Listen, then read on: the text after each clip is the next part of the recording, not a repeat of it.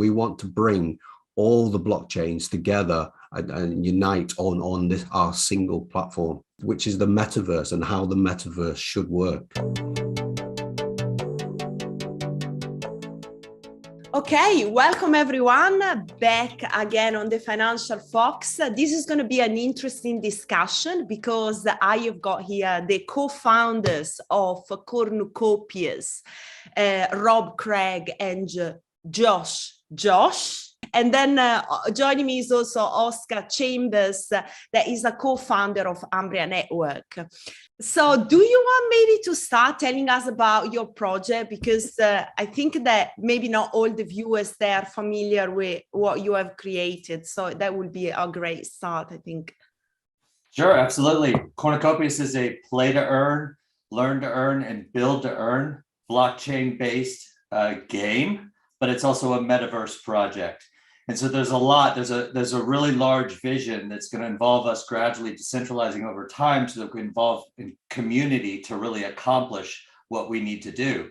However, starting us off, we're building out a metaverse region, and then we're also building out several different gaming areas, zones we call them. So we've got like a farming zone, we've got a city zone, and then we've got different bubbles. The bubbles are, in a sense, separated worlds.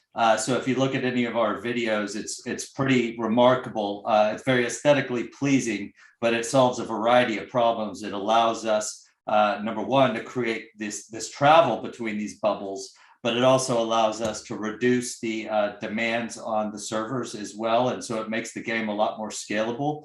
But yeah, that's basically it in a nutshell. You mentioned about learn to earn. I think that was the point that I was asking Rob to explain to me when we met.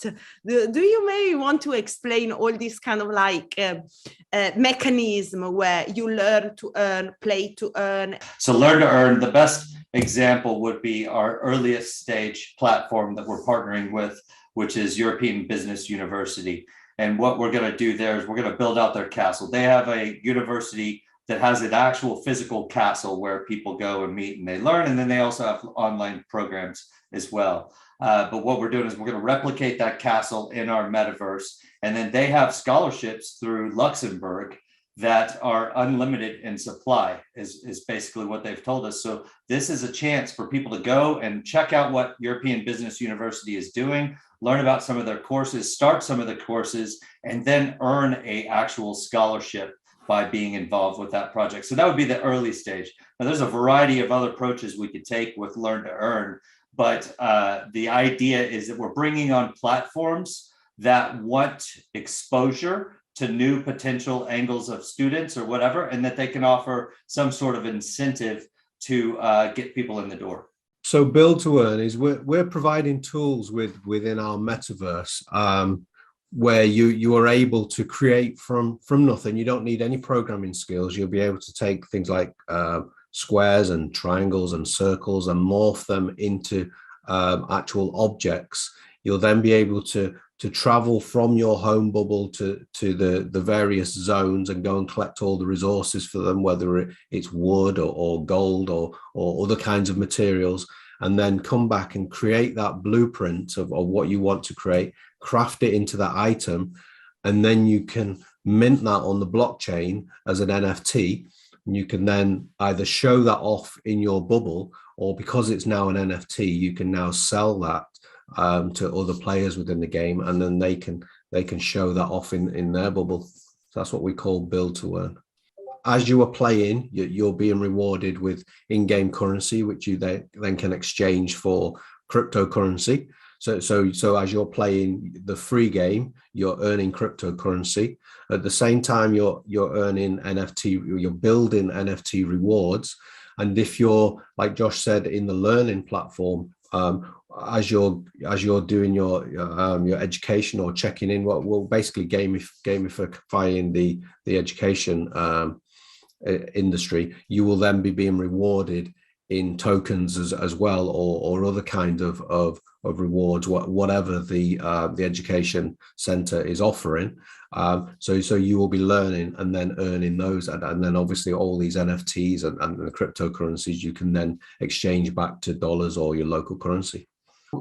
Just going from our discussion from before we went live, we were talking about Cardano and how Cardano plays a role in this project. So could you explain exactly why you chose Cardano and what exactly you're doing on Cardano? We see so much potential with what they're doing, the way that they're laying the foundation. Gaming needs massive scalability. Cardano doesn't have it right now. There's congestion issues on the platform, but we see where they're going and how they're intending to solve these problems. And hey, like, let's say the risk is there that it wasn't able to solve the scalability issue in time for us. It's very simple for us to utilize another platform as a backup. However, we see their vision and what they're going to do. So the main token is ADA, but any tokens that are on top of the platform is called a Cardano native token. So our token Copy will eventually be on Cardano as well. And what that'll get us is the governance features of Cardano. Obviously, I've been in Cardano since 2017. I'm really heavily within the community since that August 2020 when they released their project Catalyst. That I was one of the original 50 that were asked to be part of Fund 1. There was no funds given out. They're all experiments. They're now up to experiment 8, and I think they're giving to the community in terms of grants. I think this fund is, I think it's $8 million or $16 million. So it's incredible. That just grows every 6 or 8 weeks. We're not building for the Cardano of today. We're building for Cardano of tomorrow. So everything that Josh has said, and on top of that, they're bringing in a Tala Prism, and you've got digital identity that's not available on any other chain at all. So in our game, we might have areas where we need to figure out, say, if somebody's over 18 or not.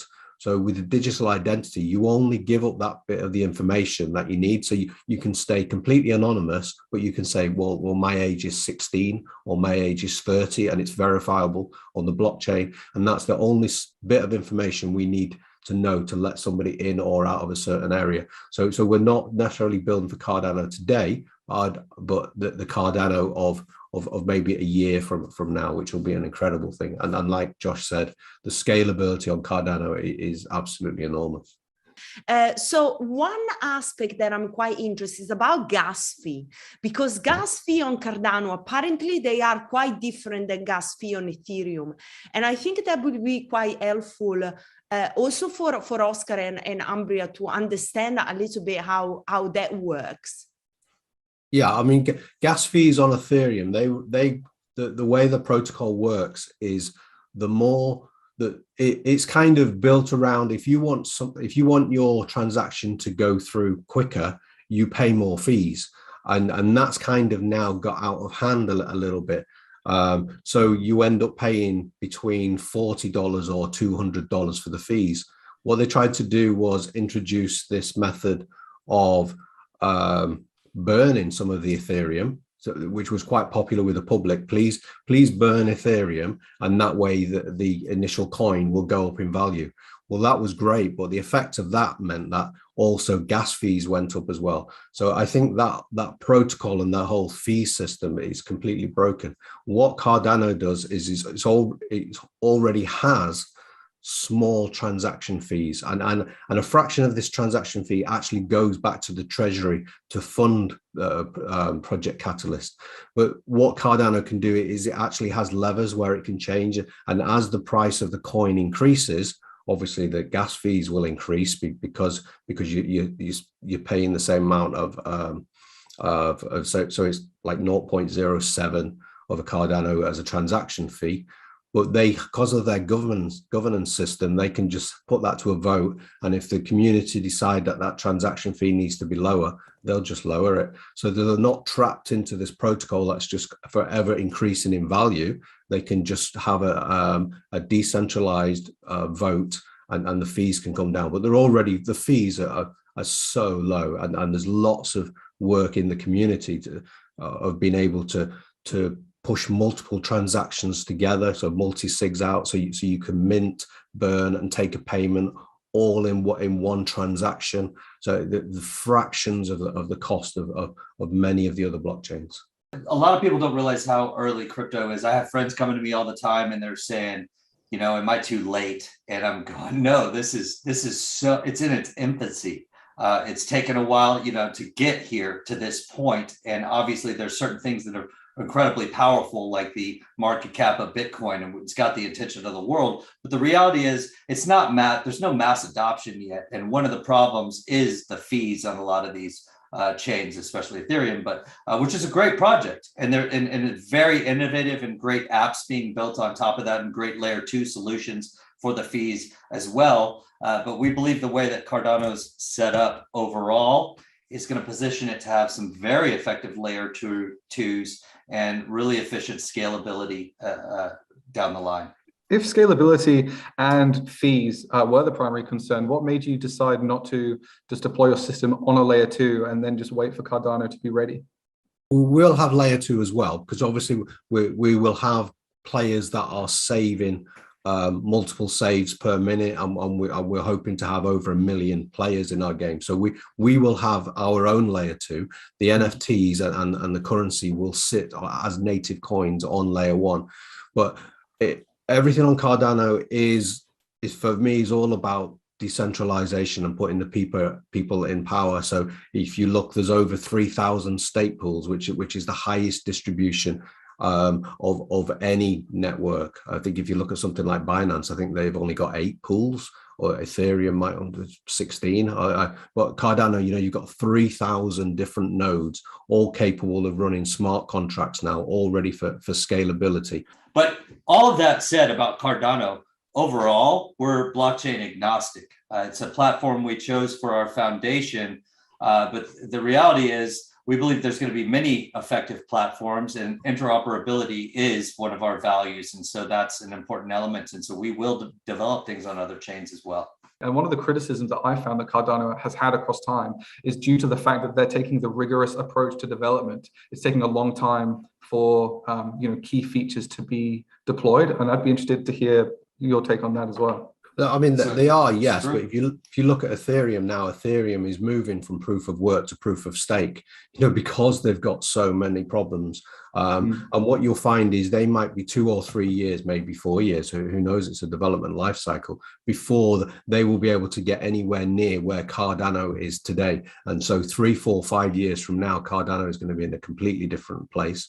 It's already doing lots more transactions at the moment, and you can see the economy and the build, especially with initiatives like Project Catalyst. There is more and more people that are moving over from Ethereum and Binance that are actually developing as they see the power of Cardano, especially with the digital identity.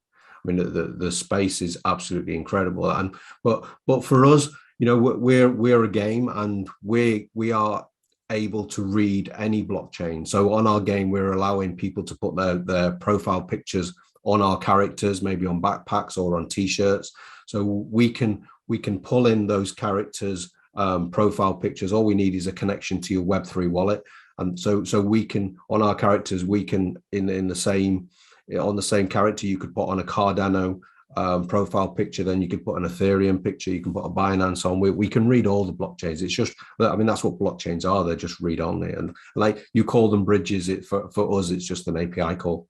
Can I just ask about the token? The token is on Binance Smart Chain, right? Why have you chosen to launch on Binance Smart Chain? The choice was really around securing the token. Originally, Cardano's very early. So the ability to make a Cardano native token is still very early. And so as a result, some of these apps are not developed that allow for multi-sig kind of protection of the token, which is essential. So we're managing a lot of tokens, and we need to secure them in a way that we feel comfortable that our community and everyone involved is protected. And that's essential. And so some of those solutions weren't there for us. And it just made sense to just go ahead and launch. That way we get the token launch out of the way. we bridge back over to Cardano as we need it, which, by the way, is in process. We're very, very close with that solution to where we'll be on multi-chains in terms of our token. Basically, the vision with Umbria is to bridge all of the different important chains that people are using and defractionalize assets across chains. Because one of the major issues with cryptocurrency in general is that different crypto networks don't talk to each other very easily. And so we have some bridging options in the space right now, but they're very expensive because they follow a minting and burning model. And what we did at Umbria is we created a new model of bridging. We invented a new model called liquidity bridging, which basically what we do is we hold liquidity on many different chains. And then when someone sends funds into our system, we send those funds back to them on the chain where they want to go. And that's cut down the bridging cost from Ethereum to Polygon, for example, by a factor of 10. And it's also sped it up from taking about 1 hour to under 4 minutes typically. And our basic vision at Umbria is that all of these chains, and this is very similar to what we've been talking about just a moment ago, this like idea of blockchain agnosticism. I don't think people are going to care in 5 or 10 years what technology they're using. They're just going to care what the technology can do for them right now. And I think you can contrast that quite closely to how the internet has progressed across time. If you wanted to set up a mail server 20 years ago, it would take a lot longer than it does now. And the standard practices, it took a long time to flesh out. And it went from being a very nerdy space where you need to be very technical to do anything, to being a very accessible space where anyone can really achieve what they want the technology to do for them. And so we think that cryptocurrency across time will become more about user experience as the underlying technology becomes more standardized across time. And so that's the kind of technology that we're trying to build as well. We're trying to make like a layer on top of all of the crypto networks so that people can say, well, I want to get from Ethereum to Avalanche or Avalanche to Cardano. And even further than that, enable developers to create applications that can handle the computation on different chains without the user having to worry about that stuff. Yeah, I think that's a really important point. And I think the way we get there, especially for something like a game, because if you look at the underlying blockchains, they're not all the same. So you have some that are slightly different from others, and the way you get multi-chain is with standards. So at the moment there is no real standards out there. We have the 721, I suppose, standard on Ethereum. Cardano has an equivalent of it, but it's still evolving. We need these basic standards. So we need a consortium of blockchains to come together, agree the standards, agree the APIs, and I think that will be a huge step in the way that we get this cross-chain compatibility. And like I say, we are building a standard with one of our partners, Kudos, who were also at the City AM, and we're looking at building this standard that will definitely we need for our game. So if we can help to pioneer that into the blockchain space, then we need it anyway. So yeah, we're all about creating something that's open source and shareable, because it only helps us in the long term.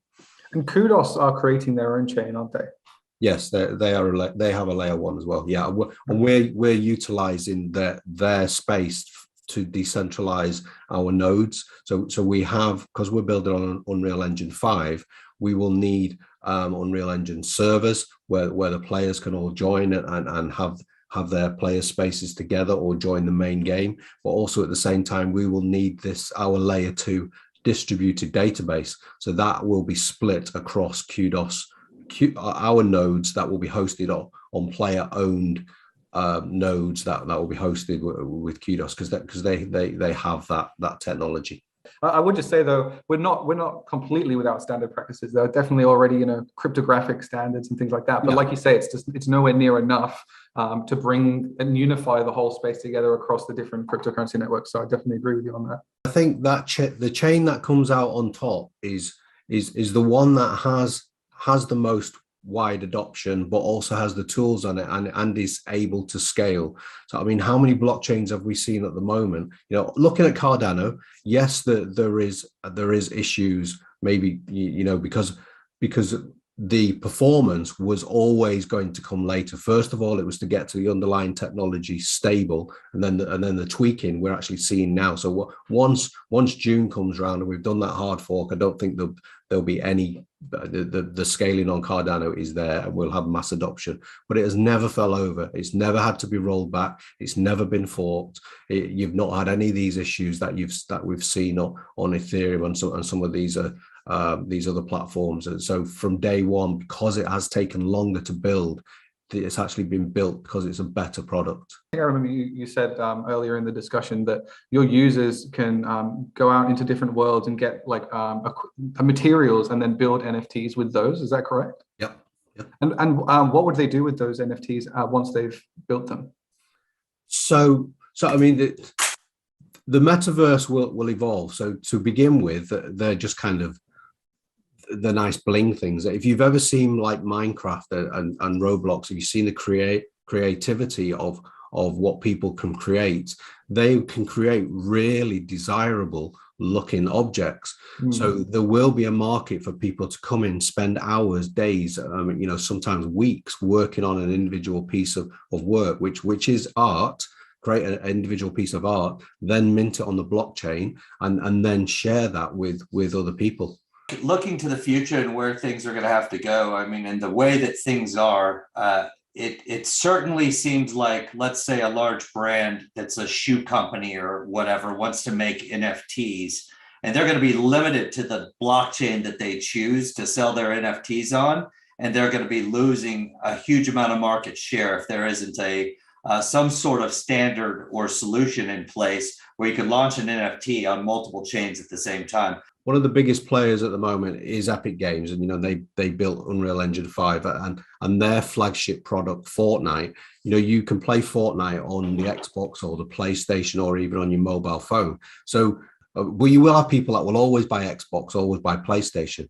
If you translate that into blockchain, so if you've got Xbox, PlayStation, Nintendo, you could have Ethereum, Cardano, Binance, but the platform itself or the game, it doesn't matter. It will be available on all of them. And so that's when we say we're interoperable and we want to go across blockchains, that's what we mean. We want to bring all the blockchains together and unite on this our single platform, which is the metaverse and how the metaverse should work. The extent to which you need something to be on chain is a function of how decentralized and trustless you want it to be. And so if you're happy to be a little bit more centralized, you can use an API to determine what on-chain data means. And then your community has to trust that you are representing that information correctly. And so I think it's a very difficult thing to be fully decentralized, fully trustless in any cryptocurrency application, because the trade-offs for true trustlessness, true decentralization are quite severe. And we've seen a lot of platforms take a kind of hybrid model. Binance Smart Chain is a perfect example of a hybrid model. It's not a decentralized chain. It's run, all the nodes are run by Binance. But it has all of these advantages like low cost and high speed transactions. And so I think there has started to be a little bit of a shift in consciousness in the crypto space, where people used to think if it's not fully trustless, if it's not fully decentralized, then it's not worth bothering with. And now we're realizing that there are actually trade-offs there in the middle where you can have an optimal situation for particular use cases that are not necessarily completely decentralized and trustless, and capitalize on some of those advantages for being centralized in certain aspects. Yeah, and I think technology in itself, going back to mainframe days, we've always had this. We're now centralized. We're now going thin clients. So we're centralized. We're going thin clients, and now we're decentralized. We come back to centralized. We have this back and two. We're just seeing this now with blockchains. But you're right. The reason congestion exists is because all these transactions are happening on people's PCs that are all over the place. They're not all turned on. They're not all the same spec.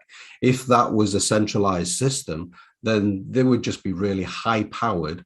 And transactions would go through in seconds, well, milliseconds, wouldn't they? So, but that is the shift of decentralization, and I think the real answer is the hybrid model will work. I think even Cardano is looking at some elements of proof of work in some areas, because that has some benefits as well. The space will just evolve. I think it's fascinating. Even the fully decentralized systems aren't decentralized if someone has the key to the pre-mine. And so even totally decentralized systems aren't necessarily totally decentralized. It feels like an asymptote to me. But what we also see, and we're seeing this on Cardano as well, is you have this decentralized database, decentralized blockchain, sorry, and people are writing APIs so they can read them quicker. And so, for example, we have a service from Blockfrost.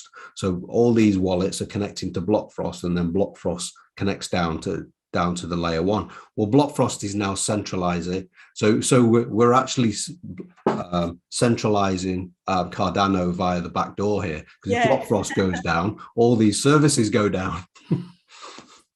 That's true. Well, that's what centralization sometimes brings, more efficiency. Yeah. So you do need this hybrid model. Is there the demand? Is there the community to receive and to go big?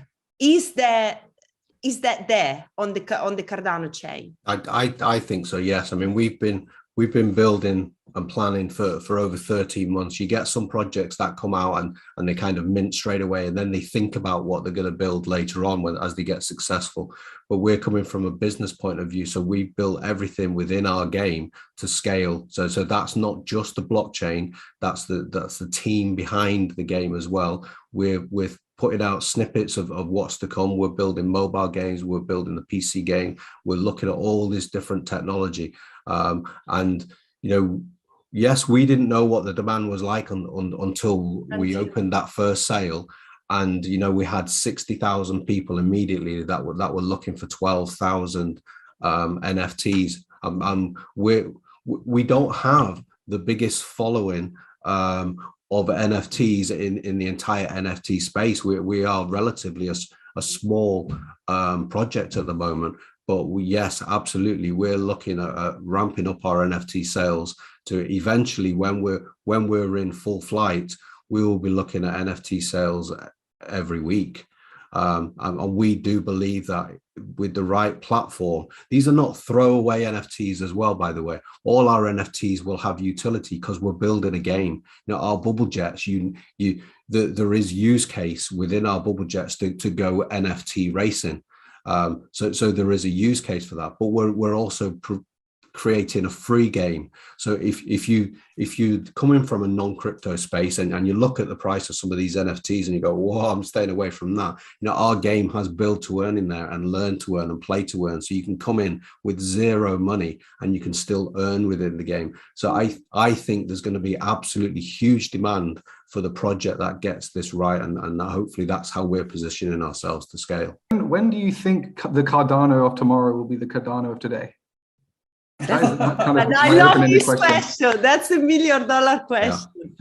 Yeah. I think every hard fork. So there's a fork in February. There's a fork in June. I think the next one's September.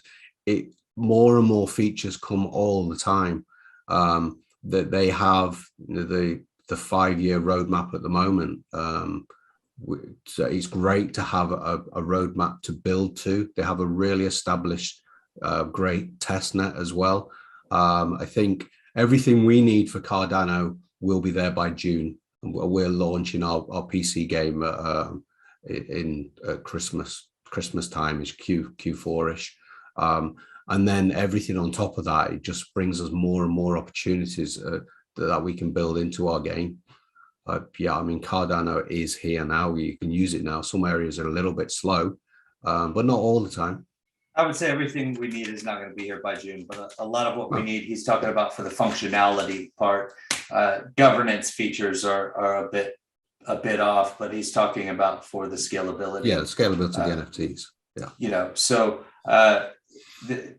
look, every crypto as a whole has a long way to go. We talked about regulation. We talked about, so many areas are impeding the growth. Half the people that are in crypto couldn't even tell you what blockchain is or what a cryptocurrency is.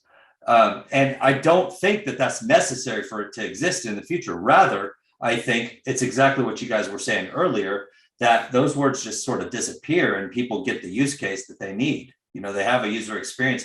They don't care that it's relying upon the blockchain, but the tech is relying upon the blockchain. They just want this experience. They want to be able to lend to their peer that's halfway across the world, or they want to be able to send money to their family that's in Peru, or whatever it may be. They don't care that it's blockchain. They just want to accomplish a task. So my point is, crypto is incredibly early. So is Cardano. We do believe it's going to get to where it needs to be, and we're also blockchain agnostic. So it's just a matter of building, and our game has a timeline. We're not launching the full-fledged game until later this year. Actually, full-fledged is a little bit misleading. We're launching the MVP version of our game at the end of this year. And so our game has a long way to go. So we need technology to be evolving with us, and we believe it's happening. But you can just go look at the transaction volume on Cardano compared to other chains. Things are happening there. Look at the trend. Look at the trend over time. Listen, thank you so much for coming on the show today. I think it was an amazing discussion. Yeah, enjoyed it. Thanks for having us. It's great.